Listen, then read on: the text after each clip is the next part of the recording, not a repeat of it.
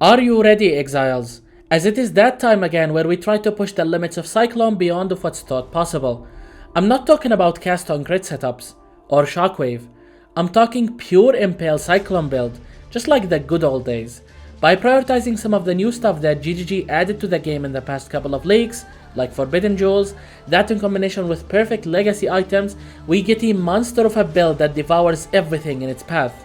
Alright, as usual we begin with our Ascendancy. We are a duelist ascended into a Slayer. The Slayer Ascendancy has been an all-time standard option for Cyclone builds. It has everything from damage, AoE, and sustainability. First we take Impact. This node is the whole package. It gives us that much needed accuracy, area of effect, and melee damage based on proximity while leveling. Next we have Brutal Fervor. This node doubles our maximum leech recovery and makes it so that it doesn't expire at maximum life. It also grants us 10% global damage reduction while leeching, which is huge.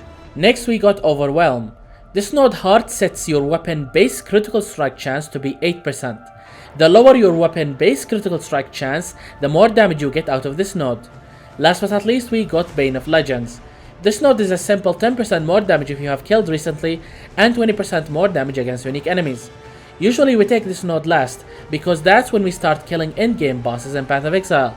And that was it for our Ascendancy. Now let's take a look at our passive tree. Our tree focuses on life, attack damage, melee crit chance and crit multi, area of effect, sword nodes, two-handed nodes, and some aura effect and reservation efficiency. Next we got one large attack Lustre Jewel that adds the following notables: Feed the Fury and Martial Prowess. Next for mastery choices, we got plus 3 melee strike range with swords, plus 25% to critical strike multiplier against unique enemies, 8% increased damage per aura or herald affecting us, plus 50 maximum life, 3% chance to deal triple damage, and 8% chance to gain a frenzy charge upon hitting a unique enemy. And that was it for our passive tree.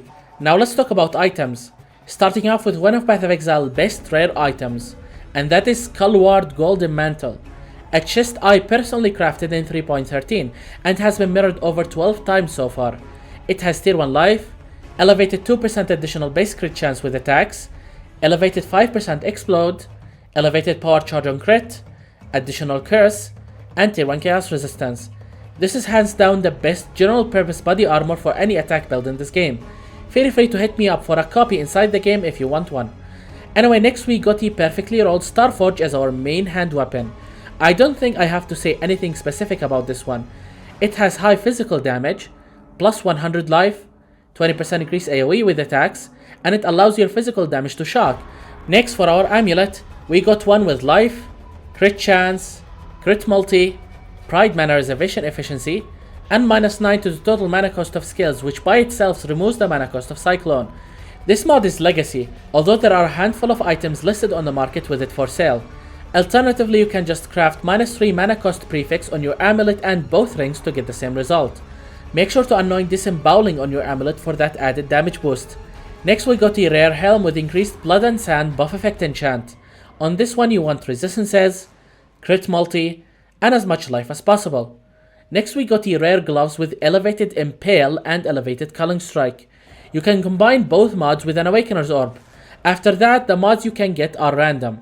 Ideally you want life, attack speed, and the resistance mod. Our next item is a rare belt with increased global physical damage, increased attack speed during any flask effect, resistances, and a lot of life. Next on the list we have a pair of GG boots that have tailwind, elevated onslaught, movement speed, life, elusive, and a resistance mod. Next for our rings, our first ring has vulnerability curse on hit, life, crit multi, flat physical damage, and a lot of resistances. Our second ring is almost identical but replace vulnerability curse with Assassin's Mark. You don't actually need to have Assassin's Mark on your rings because the mod is legacy and now you can apply it more effectively via the new Mark on Hit support gem. But with that we are done with our items. Now let's talk about gems. For our main 6 link we have Cyclone, Awaken melee physical damage with attacks, Close combat support, Impale, Awaken brutality, and Anomalous Pulverize. Next we got our primary aura setup. It starts with Pride, Herald of Purity, Precision, and level 3 Enlighten support.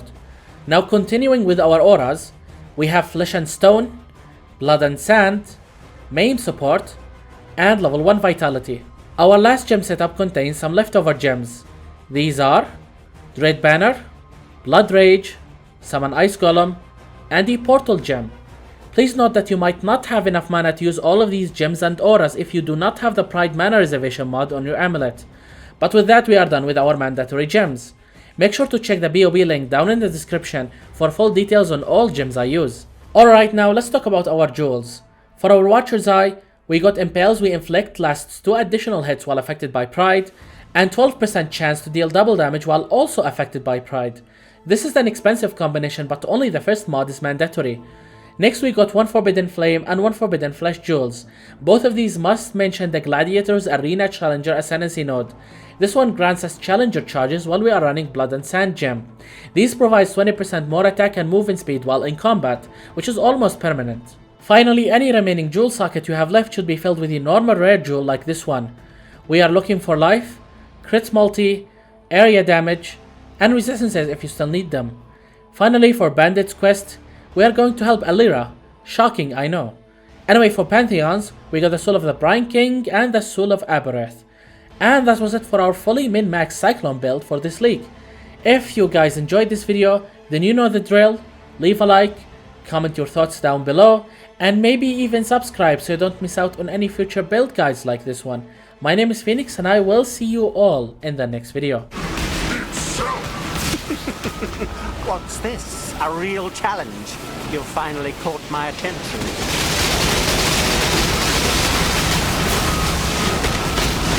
Watch beauty crumble! The others found strength in their projections. They became reliant on me. I am not so foolish. This city is nothing! Is life really interesting enough to warrant all this pain? Why run? What's the point? Resist. The edge of death, my heart races. I am alive.